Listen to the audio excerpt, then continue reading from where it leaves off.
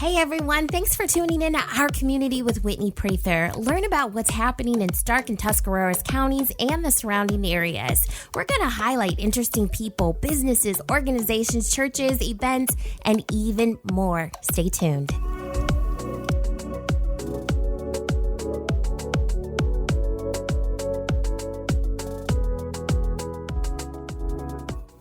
Alexandra Nicholas Kuhn. She's the executive director for Massillon Museum, and museum advocacy is near and dear to her heart. From 2010 to 18, she led a renovation effort of the Massillon Museum's collection storage facility, upgrading it to the state-of-art award-winning preservation space.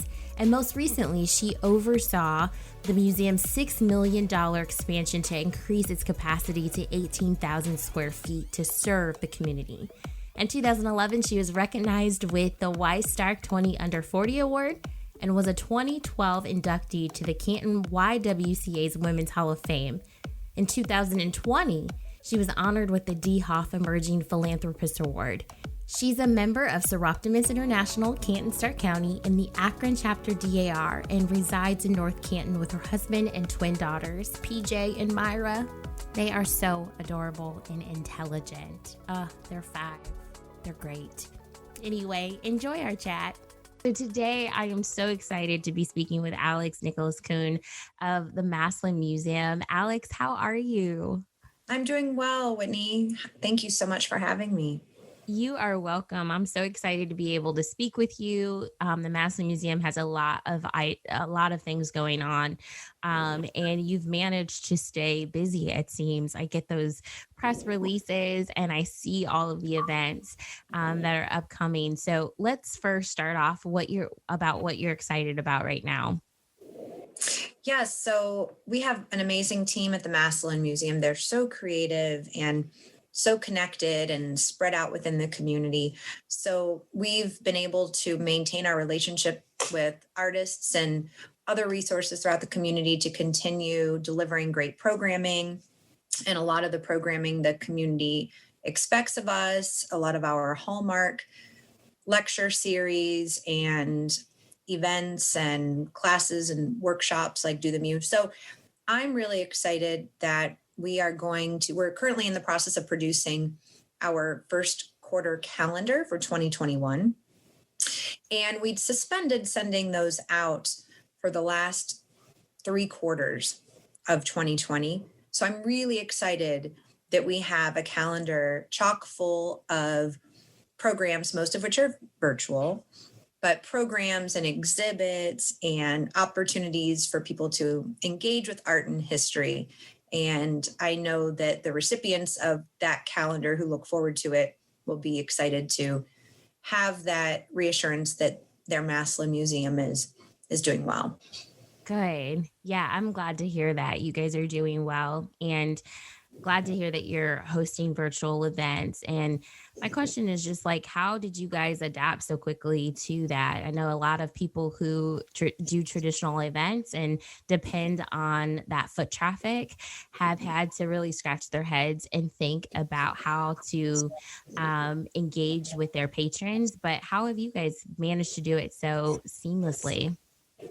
Well, we were able to hit the ground running and connect with our peers in the cultural sector in Stark County before the shutdown in March. We had a conference call. There were 6 of us who connected, who were the leadership at the various cultural sites like Canton Museum of Art and McKinley Museum. And we banded together and initiated a virtual collaboration that assigned a different day to each of the 6 institutions under the banner Stark Tusk Museums Unite, because we had a Tuscarawas County institution as well. And we started delivering virtual content immediately in an effort to leverage our collective strengths in areas of art and history and science to adapt to what we didn't know then would be such a life-changing event for everyone. And the lack of ability to visit museums and those favorite attractions in person, we knew would not only be damaging to our institutions, but it would really be a deficit in cultural experience and beloved family sharing time for so many. So we adapted really quickly as a cohort of institutions. And then within our respective staffs, we were able to creatively reimagine existing programs and develop new ones. So we looked at this unfortunate situation as an opportunity to build new virtual audiences and to experiment with digital content.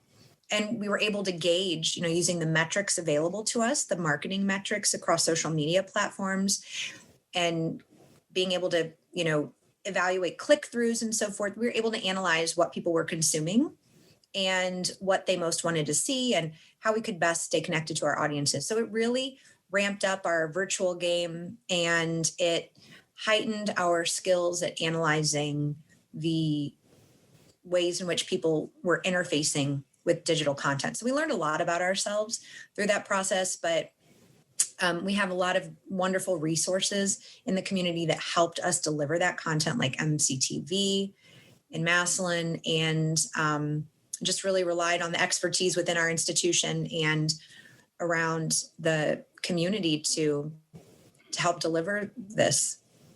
Yeah. And did you notice that people were being really engaged with you? I mean, I think everybody was kind of online anyway, because you're at home. But yeah, how have you noticed that people have engaged with you virtually?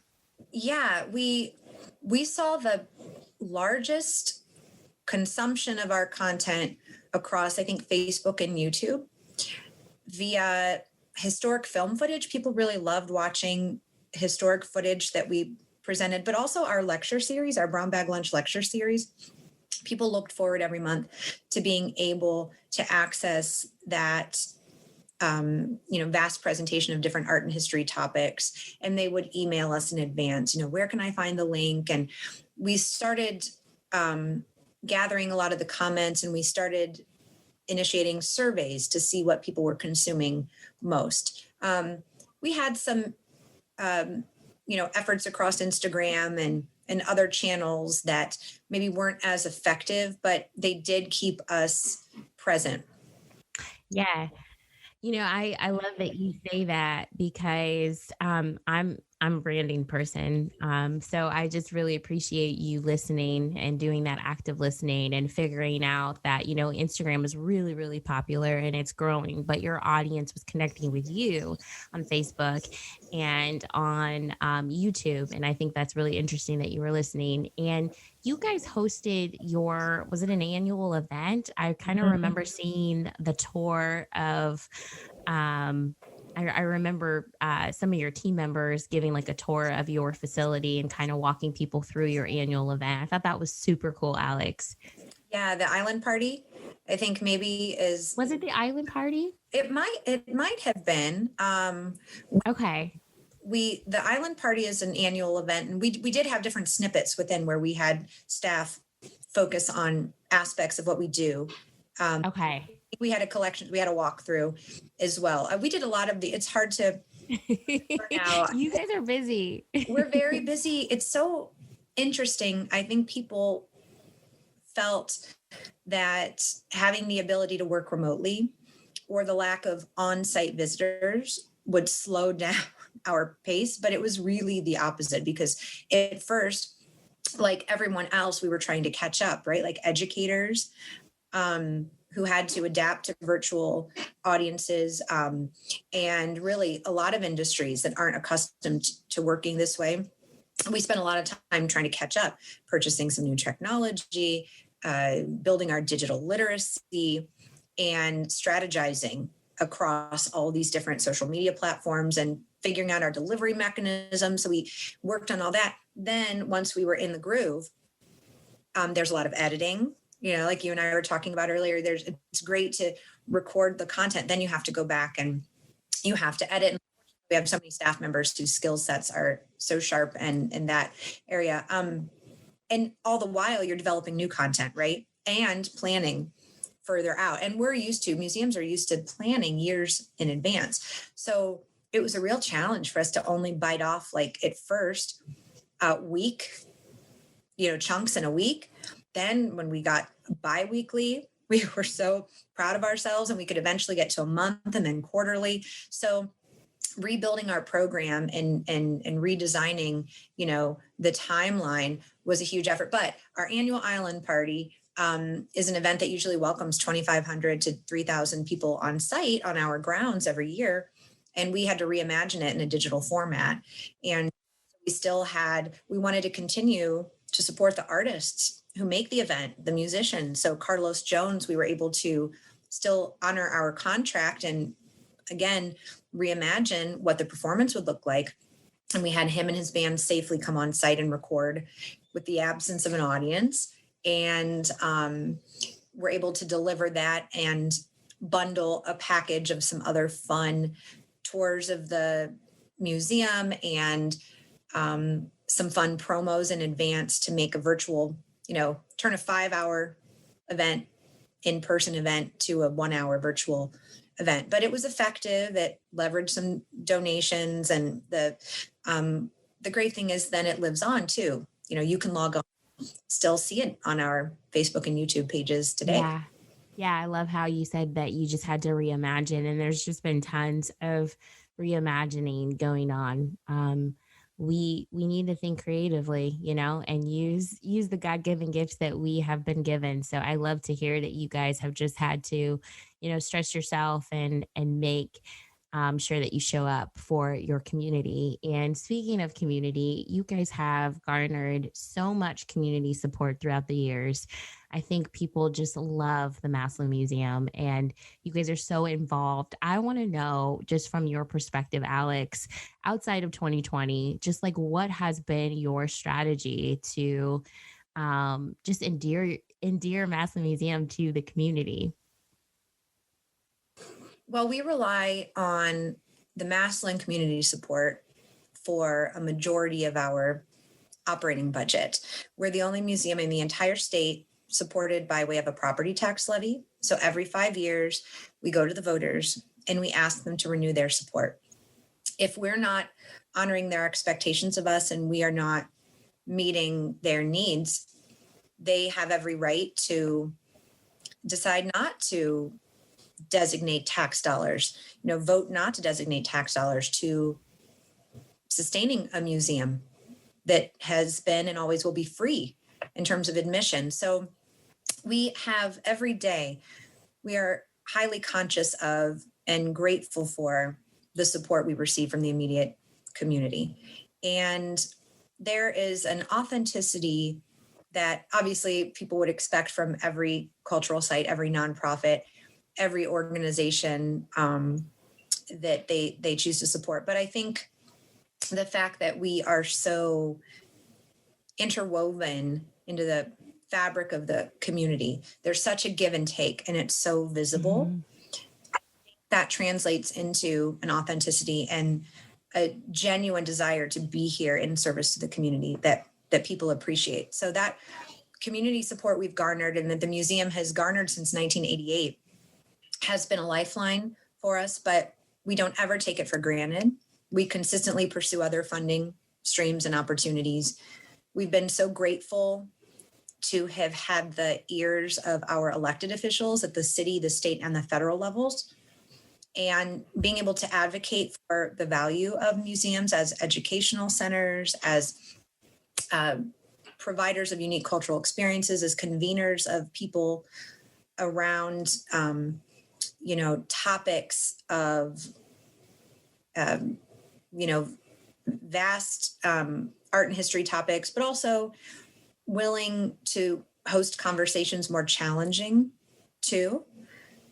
I think that our ability to prove that and our metrics that show the extent to which we are able to sustain those hallmark programs, sustain our membership and our supporters has, it's resulted in that continued support from our elected officials as well. So, and we're proud to advocate for museums and cultural sites at the state and federal levels as well. We are actively involved in advocacy efforts as are our board members, and the strength in our Stark County assets, cultural assets, is, as you know, is phenomenal. Yeah. There are no shortage of experiences here in the cultural realm to preserve our history, our shared heritage, and also celebrate unique arts experiences.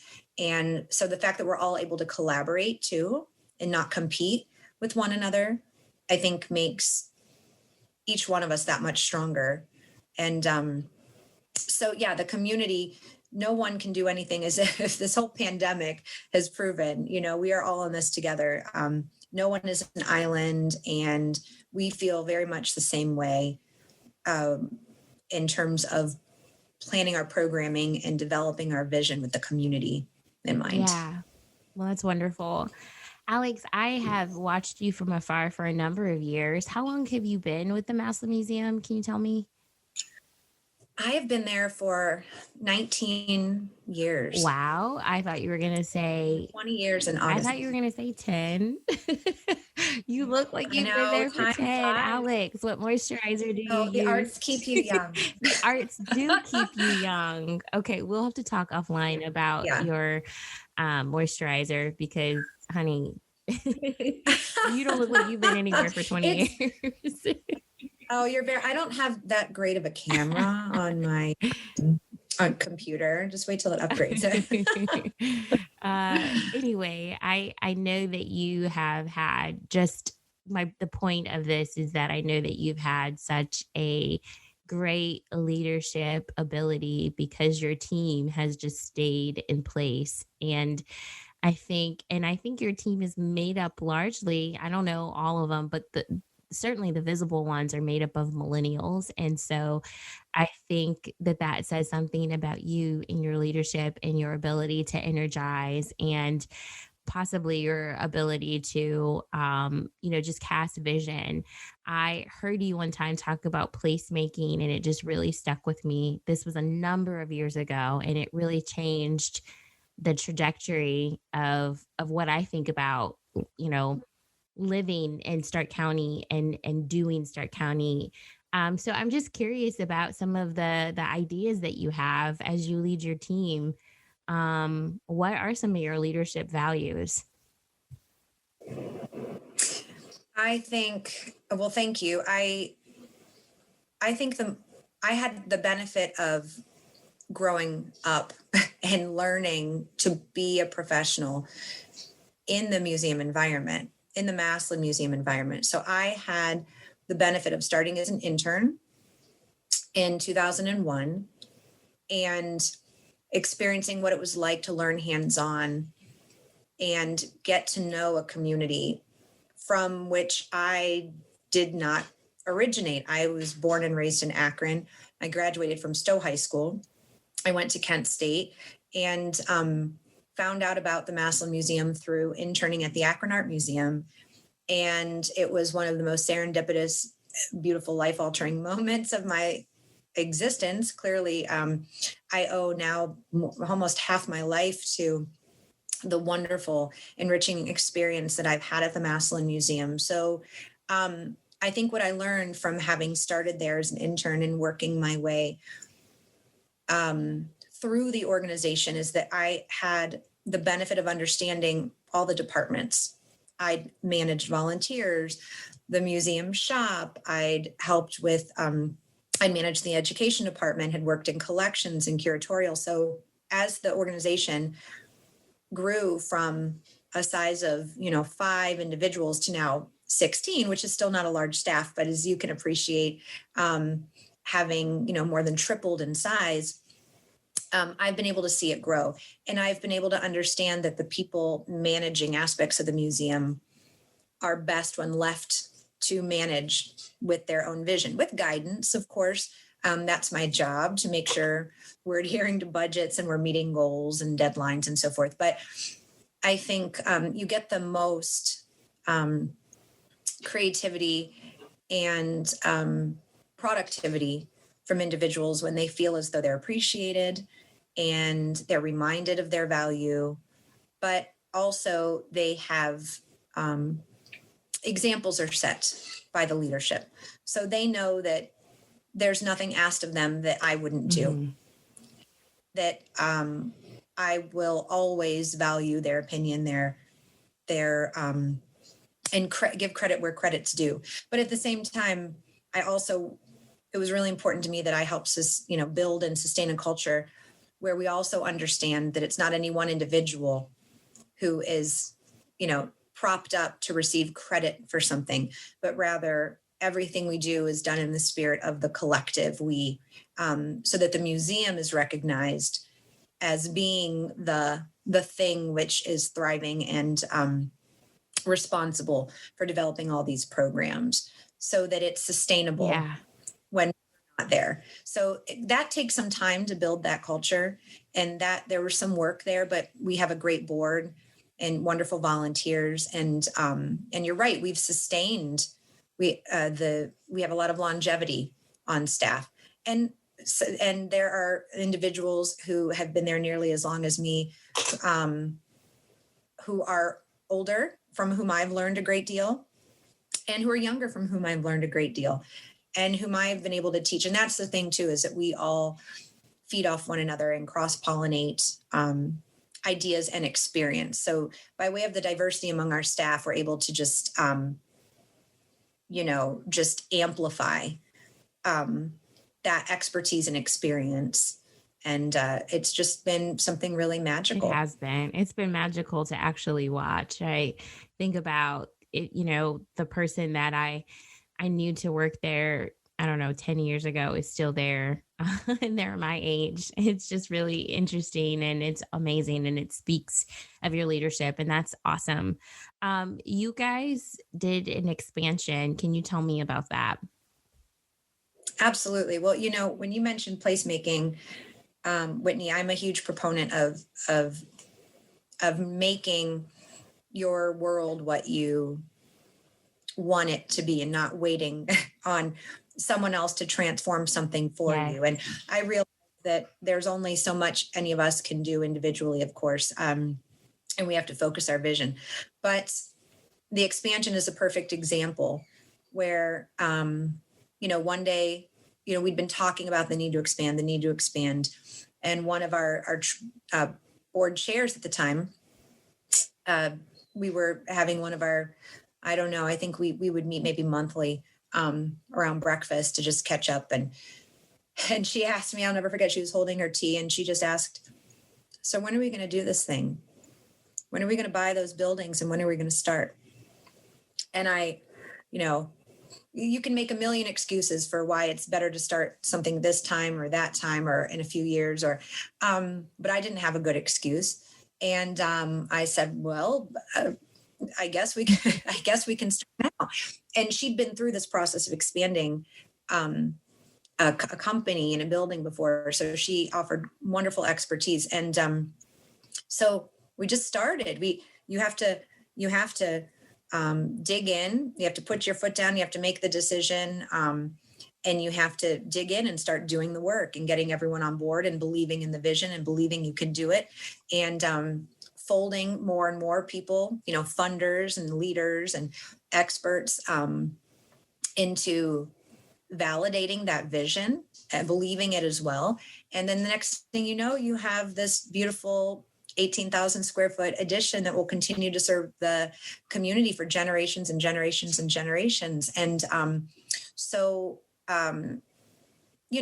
people can make the excuse that it wouldn't be possible in a community like Massillon, that the industrial era has waned and the corporate support isn't there, or that, it's just too challenging in this kind of economy or whatever. There are a million different excuses. However, given all those challenges, we were able to do it because there were a lot of other people who also believed that we could make this place reflect, we could make the space reflect the place we wanted to see, the place we wanted our children and our grandchildren to experience and be proud of.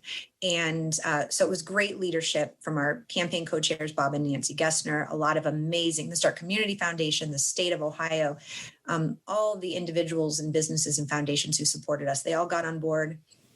And so it started with a seed, and like anything else, it germinated with a lot of love and hard work and passion. So we're now enjoying the fruits of that labor, and it's amazing to have been part of this process of experiencing the museum as an intern when it was relatively new, having moved from its location at the library, 5 years before, to knowing there was a need to expand and helping be part of seeing that through is just a really marvelous thing. But it all harkens back to what you said about placemaking, that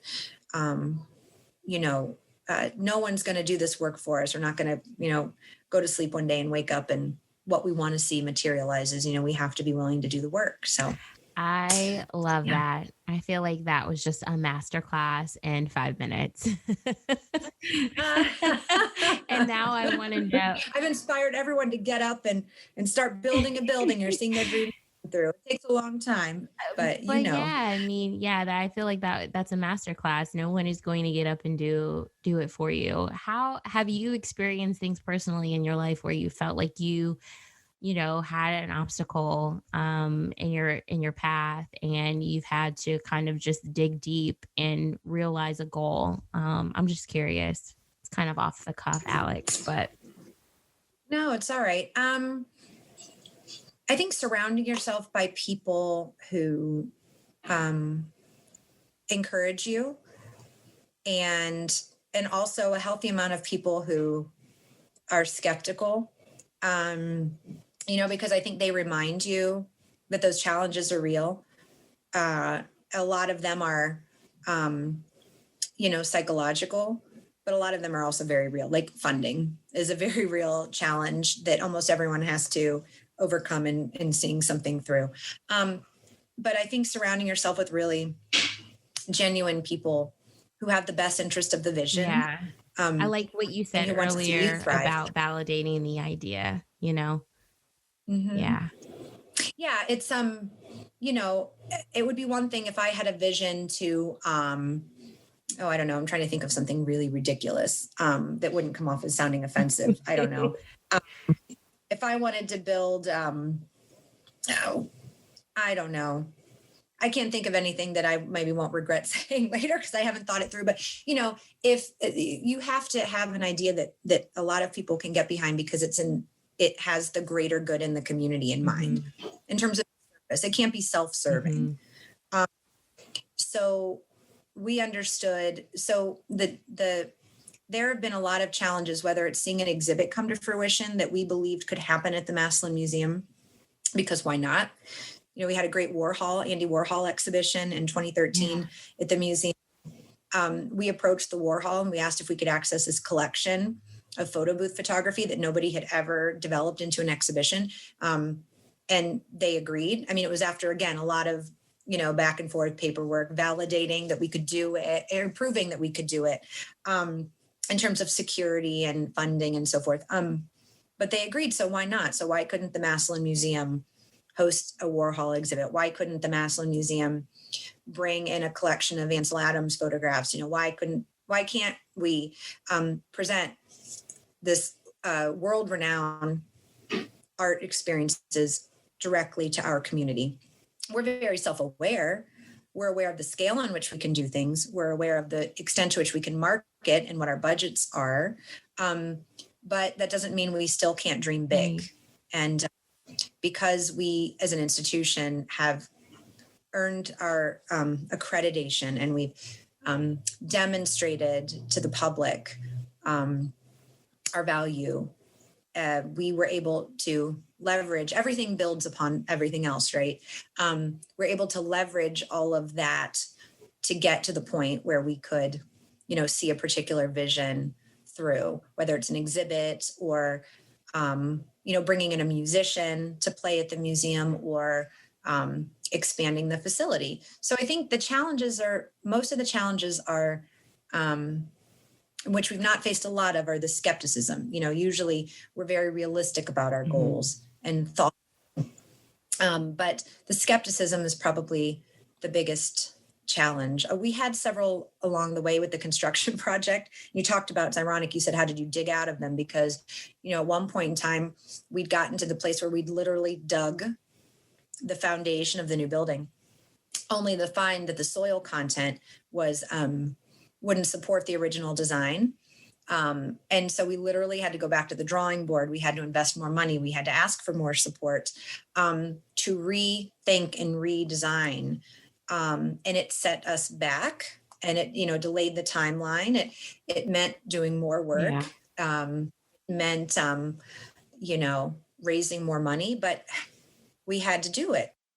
Alex, I have so appreciated speaking with you today. Thank you for your time. Where can we find you online in regards to Massillon Museum? Yes, MassillonMuseum.org is sort of your one-stop shop. We're on Instagram at MassMu, Facebook, YouTube. We have an active channel, and Twitter as well at MassMu. So yeah, you can connect with us, and any updates related to programs being rescheduled or anything that is contingent programming wise in the pandemic, you can go to massillonmuseum.org/COVID-19. And that's where we maintain all the most current information. But we are open right now. I know that there are other museums who are voluntarily closing right now, but the museum does plan to stay open and exercise the visitorship in a very, very safe way. We facilitated an extremely safe environment for you to come visit your Massillon Museum. Awesome. Thanks, Alex. You're welcome. Thank you, Whitney. Thank you to our guest today, and thank you for tuning in. Cheers. Until next time.